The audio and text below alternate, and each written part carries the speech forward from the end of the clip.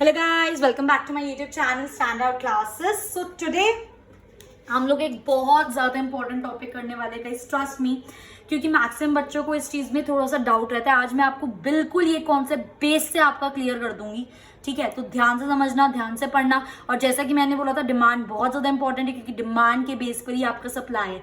Base क्या, दोनों exactly same है, बस सप्लाई डिमांड का उल्टा है। जिस बच्चे को डिमांड अच्छे से आता है वो सप्लाई ऐसे कर सकता है। आई मेरी बात समझ? तो आज हम एक बहुत इंपॉर्टेंट टॉपिक स्टार्ट करने वाले हैं, ठीक है?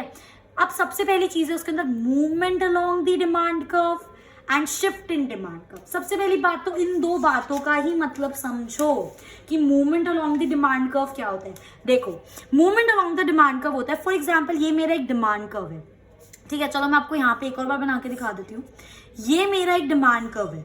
अब मैं पहले इस पॉइंट पर थी, ठीक है? अब मैंने क्या करा, मैं इस पॉइंट से इस पॉइंट पर आ गई, ठीक है? मैं इस पॉइंट पर आ गई। अब तो पहले मैं ए पे थी, अब मैं किस पर आ गई, बी पर आ गई। तो मैंने मूवमेंट करा, सेम डिमांड कर्व पे मैं मूव कर रही हूँ। ऊपर से मैं किस पर आ गई, नीचे आ गई। सिमिलरली गाइस, ऐसा हो सकता है मैं नीचे से ऊपर जा रही हूँ। मूवमेंट अलोंग द डिमांड का मतलब उसी डिमांड कर्व पे हम या तो नीचे आ रहे हैं या तो ऊपर जा रहे हैं। आ रही है मेरी बात समझ? तो movement along the demand curve का मतलब ही ये होता है कि उसी डिमांड कर्व पे हम मूव कर रहे हैं। इतनी क्लियर हुई बात, ठीक है? उसी के बेस पे एक होता है मेरा shift in demand curve. Shift का मतलब क्या होता है? जैसे मैंने मूवमेंट बताया, या तो ऊपर हो सकता है या तो नीचे हो सकता है। उसी तरह गाइस, अगर ये मेरा डिमांड कर्व है, डिमांड शिफ्ट मतलब पूरा डिमांड कर्व उठकर शिफ्ट हो गया। इसमें भी दो केसेस हो सकते हैं। ये तो या तो मेरा ये वाला पूरा डिमांड कर्व इधर शिफ्ट हो गया, मतलब ये था मेरा पहले डिमांड कर्व, अब पूरा ये बन गया, इधर शिफ्ट हो गया। वो पूरा डिमांड कर्व पहले डी था, अब मेरा डिमांड कर्व D1 हो गया। समझे मेरी बात? तो या तो इस तरफ शिफ्ट हो सकता है। एट द सेम टाइम खुद सोचो, अगर राइटवर्ड शिफ्ट हो सकता है तो उल्टा भी तो शिफ्ट हो सकता है। मेरा मेन मोटिव है आपको शिफ्ट और मूवमेंट का मतलब बताना। यहाँ पे देखो, ये मेरा इधर की तरफ शिफ्ट हो गया। पहले ये था डी, अब यहाँ पर है ये D1। आई मेरी बात समझ?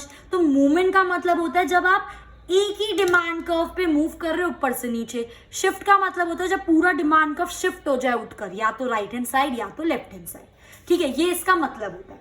अच्छा, इन द प्रीवियस वीडियो मैंने आपके साथ एक चीज डिस्कस करी थी, that is change in quantity demanded and change in demand. मैंने आपको ये चीज बताई थी। चेंज इन क्वांटिटी डिमांडेड कब होता है? When there is change in price of the commodity. मतलब जब हमारी डिमांड चेंज हो due to change in price of the commodity, और बाकी सारी चीजें क्या हैं, कांस्टेंट, तो उसको हम क्या बोलते थे, चेंज इन क्वांटिटी डिमांडेड। और चेंज इन डिमांड सिर्फ हमारी डिमांड में चेंज कब हो रहा है, जब प्राइस कांस्टेंट है और बाकी सारी चीजें चेंज हो रही हैं, तो उसको हम क्या बोलते थे, चेंज इन डिमांड। यही मैंने लिखा है। So it is due to change in own price. Price change हो रहा है, अदर फैक्टर्स जो है वो क्या है, कांस्टेंट है। सिमिलरली ये जो होता है आपका change in demand, it is due to change in other factor. बाकी सारे अदर फैक्टर्स चेंज हो रहे हैं, पर जो आपका प्राइस है वो क्या है, कांस्टेंट है। तो इस चीज से मैं आपको ये बताना चाह रही हूं कि जब भी आपका प्राइस चेंज हो और बाकी सब चीजें कांस्टेंट हो, तब हमारा क्या होगा, movement along the demand curve. और जब भी आपका प्राइस कांस्टेंट है, जब भी आपका प्राइस कांस्टेंट है और बाकी सब कुछ चेंज हो रहा है, तब आपका डिमांड कर्व 110% शिफ्ट करेगा। ये बात ध्यान में बैठा लो। जब भी सिर्फ प्राइस चेंज हो रहा है, बाकी सब कांस्टेंट, तो हमारी सिर्फ मूवमेंट होगी, हमारा डिमांड कर्व शिफ्ट नहीं करेगा। पर जब भी हमारे अदर फैक्टर्स चेंज हो रहे हैं और हमारा प्राइस जो है वो कांस्टेंट है, तब हमारा डिमांड कर्व शिफ्ट होगा। बस इस बात की गांठ बांध लो। अगर ये चीज समझ आ गई, सब समझ आ गया, ठीक है? अब इसमें मूवमेंट में मेरे दो केस हो सकते हैं गाइस, जैसा कि मैंने आपको बताया। एक मेरा मूवमेंट हो सकता है ऊपर से नीचे, एक मेरा मूवमेंट हो सकता है ऊपर से नीचे, और एक मेरा मूवमेंट हो सकता है नीचे से ऊपर, है ना? सिमिलरली शिफ्ट में भी एक मेरा शिफ्ट हो सकता है राइट साइड, ठीक है? जब भी आपका डिमांड कर्व इस साइड शिफ्ट करे, इसको हम क्या बोलते हैं, राइटवर्ड शिफ्ट। और सिमिलरली इसको हम क्या बोलते हैं, लेफ्टवर्ड शिफ्ट, ठीक है? क्योंकि इसमें मेरी मूवमेंट ऊपर एक नीचे भी हो सकती है, ऊपर भी हो सकती है, ठीक है। तो मैंने यहाँ पे लिखा हुआ, एक तो हो गई आपकी डाउनवर्ड मूवमेंट और एक हो गई आपकी अपवर्ड मूवमेंट। इसी तरह मैंने ये चीज यहाँ पे लिखी हुई थी कि अगर मेरा डिमांड कर्व इधर की तरफ शिफ्ट हो रहा है तो उसको क्या बोलेंगे, राइटवर्ड शिफ्ट, और अगर इधर की तरफ शिफ्ट हो रहा है तो उसको क्या बोलेंगे, लेफ्टवर्ड शिफ्ट। दो बातें समझ आई। मूवमेंट कब होगा, प्राइस चेंज हो रहा है, बाकी सब कांस्टेंट है, मूवमेंट होगा, या मूवमेंट या तो डाउनवर्ड मूवमेंट हो सकती है तो अपवर्ड मूवमेंट। ये दो बातें क्लियर। दूसरी चीज, शिफ्ट के अंदर सेम चीज, जब मेरा प्राइस कांस्टेंट है बाकी सब चेंज हो रहा है तो मेरा डिमांड कर्व क्या करेगा, शिफ्ट करेगा 110%। दूसरी चीज, या तो वो राइटवर्ड शिफ्ट कर सकता है या तो वो लेफ्टवर्ड। ये दो बातें इनके बारे में समझ आ गई, क्लियर। अब नेक्स्ट चीज, जब भी डाउनवर्ड मूवमेंट होती है उसको हम क्या बोलते हैं, उसको हम बोलते हैं गाइस एक्सपेंशन इन डिमांड। और जब भी अपवर्ड मूवमेंट होती है हम उसको क्या बोलते हैं, कॉन्ट्रैक्शन इन डिमांड। इस चीज में उल्टा है, अगर आप डाउनवर्ड मूव कर रहे हो तो इसका मतलब आप अपनी डिमांड बढ़ा रहे हो। जब भी डिमांड बढ़ती है तो आपका downward movement, expansion of demand होगा, और जब भी आपकी डिमांड कम होगी तो आपका अपवर्ड मूवमेंट होगा। यूजुअली बच्चे सोचते हैं डिमांड कम हो रही है तो नीचे की तरफ मूव करेगा, इसमें बच्चे सोचते हैं डिमांड बढ़ रही है तो ऊपर की तरफ, पर याद रखना इसमें ये चीज उल्टा है। अगर आपका डिमांड बढ़ रहा है तो आपकी मूवमेंट डाउनवर्ड होगी, और अगर आपका डिमांड कम हो रहा है तो आपकी डिमांड जो आपकी मूवमेंट होगी वो अपवर्ड होगी। तीसरी बात ये थी इसके बारे में। आप ये चीज चाहो तो इसमें चेक भी कर सकते हो यार, खुद सोचो। ये है ये मेरा डिमांड कर्व है। पहले मेरा प्राइस ये था, क्वांटिटी ये थी, मैं इस पॉइंट पे थी। अब क्या हुआ, प्राइस फॉल हो गया। प्राइस फॉल होगा तो क्वांटिटी डिमांडेड बढ़ेगी, ठीक है यार, प्राइस और डिमांड। प्राइस फॉल हो गया तो डिमांड बढ़ेगी। तो जब मेरा प्राइस फॉल हुआ, फॉर एग्जांपल यहां से यहां हो गया मेरा प्राइस, तो मेरी क्वांटिटी डिमांड बढ़ गई।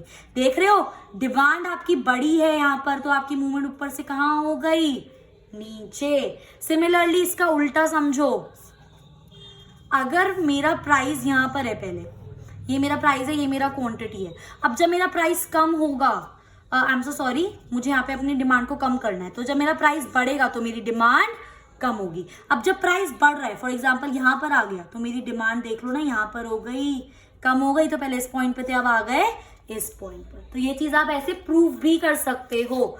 याद रखना, डिमांड बढ़ रही है डाउनवर्ड मूवमेंट, डिमांड कम हो रही है अपवर्ड मूवमेंट।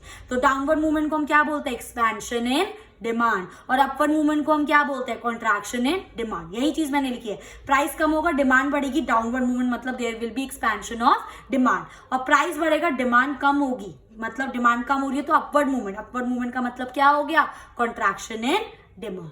ठीक है, ये वाला केस किसका हो गया, इंक्रीज इन डिमांड का, और ये वाला केस किसका हो गया, डिक्रीज इन डिमांड का। बस इतना ही समझना था। इसमें तीन बातें, मूवमेंट कब होता है, जब प्राइस आपका चेंज होता है, बाकी सब क्या है, कांस्टेंट है। सेकेंडली, मूवमेंट या तो अपवर्ड होगी या तो डाउनवर्ड होगी। अपवर्ड मूवमेंट को हम क्या बोलते हैं, अपवर्ड मूवमेंट को क्या बोलते हैं, contraction in demand. Downward movement को क्या बोलते हैं, expansion in demand. Expansion in demand कब होता है, जब हमारी डिमांड बढ़ती है। तो इसका मतलब जब डिमांड बढ़ रही है तो डाउनवर्ड मूवमेंट, और डिमांड कम हो रही है तो अपवर्ड मूवमेंट। बस यही तीन चीजें याद रखनी है, कॉन्सेप्ट डन। आई मेरी बात समझ। सिमिलरली गाइस, इसमें भी ध्यान रखना, मैंने अभी आपको बताया शिफ्ट या तो राइट होता है या तो लेफ्ट होता है। जब आपकी डिमांड इंक्रीज होती है, अच्छा इसमें डिमांड इंक्रीज कब होगी, जब अदर फैक्टर्स चेंज हो रहे हैं, प्राइस कांस्टेंट है, प्राइस कांस्टेंट है, बाकी सब चेंज हो रहा है, तब हमारा शिफ्ट होगा। तो जब बाकी सब चेंज होने की वजह से डिमांड बढ़ेगी, इंक्रीज इन डिमांड, तो राइटवर्ड शिफ्ट। और जब आपका डिमांड कम होगी, डिक्रीज इन डिमांड, तो ये क्या हो जाएगा, leftward shift. I hope guys ये चीज आपको अच्छे से समझ आ गई होगी। ये मोस्ट इंपॉर्टेंट कॉन्सेप्ट था जो मुझे आपको समझाना था। अगर किसी स्टूडेंट को अभी भी इसके अंदर डाउट है तो they can comment and ask me, ठीक है।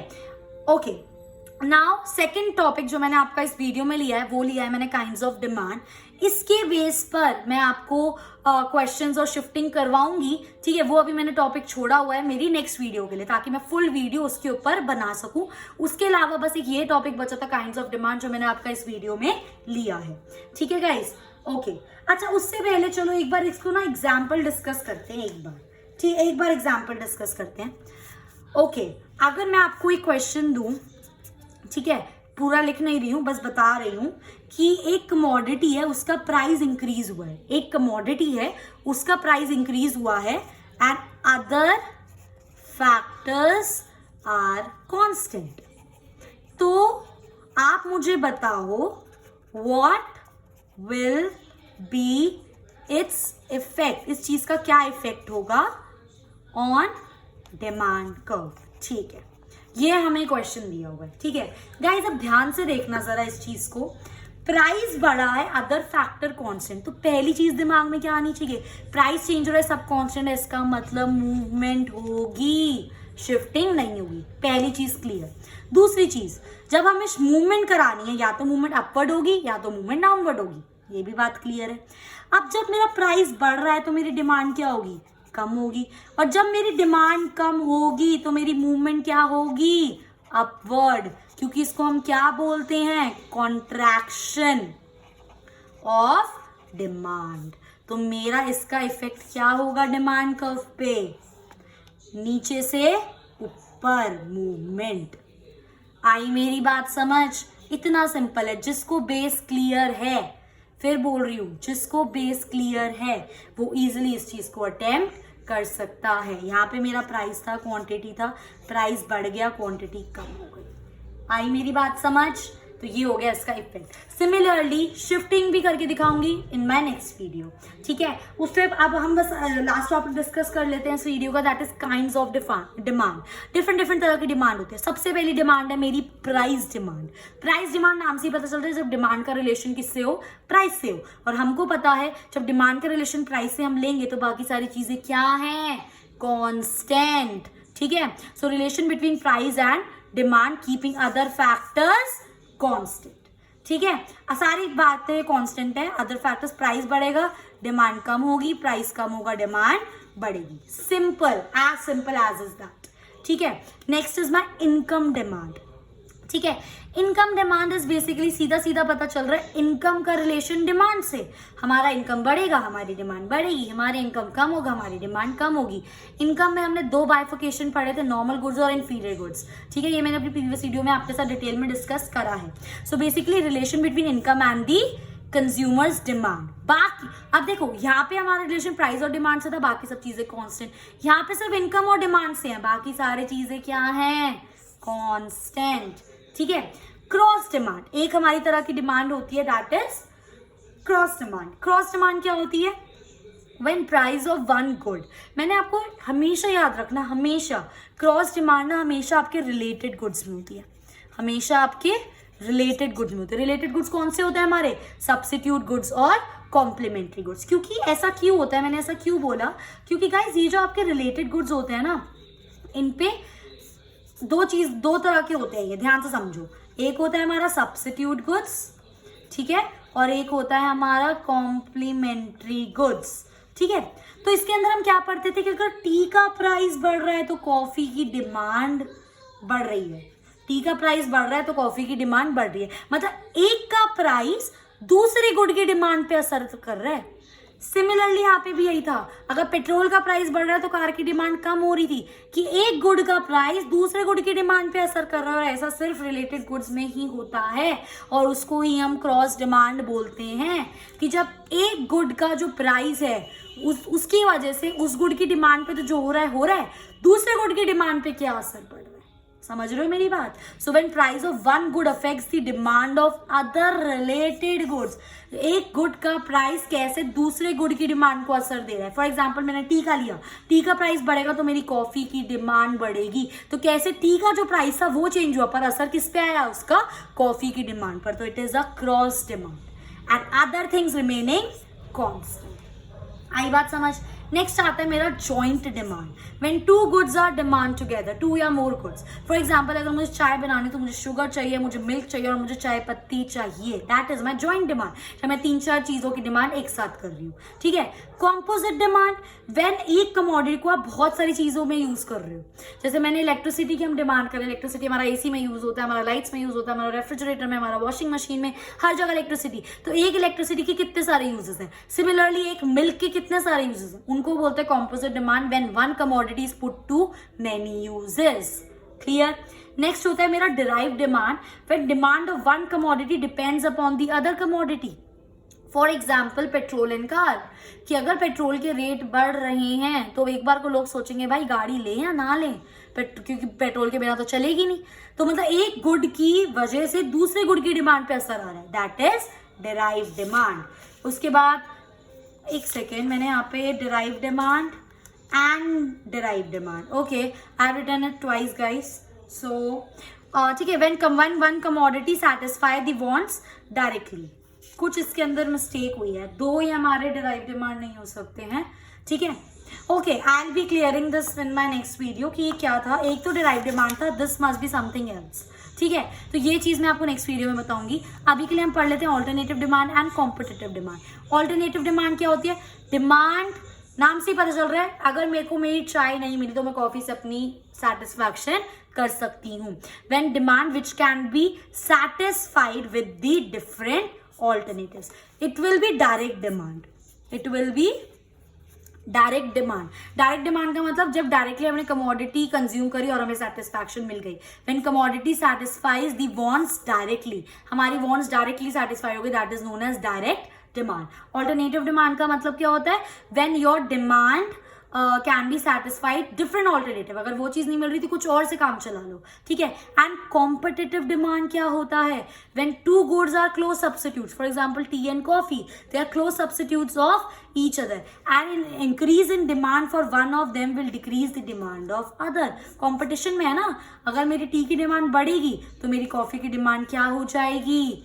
कम हो जाएगी, ठीक है। तो ये चीज कंपटीशन में चल रही है, कॉफी की बढ़ेगी टी की कम हो जाएगी, ठीक है। That is a competitive demand, कि अगर एक गुड की डिमांड बढ़ती है तो दूसरे गुड की ऑटोमेटिकली कम हो जाएगी, क्योंकि ये are close, because tea and coffee are close substitutes of each other. So I hope guys ये कॉन्सेप्ट आपको अच्छे से समझ आ गया होगा। अगर किसी स्टूडेंट को इस कॉन्सेप्ट में डाउट है तो वो फ्रीली कमेंट कर सकते हैं, they can ask questions, I will definitely answer your queries. And अगर आपको मेरा वीडियो थोड़ा सा भी हेल्पफुल लगा हो, please do share it with your friends, like and subscribe, and thank you for watching.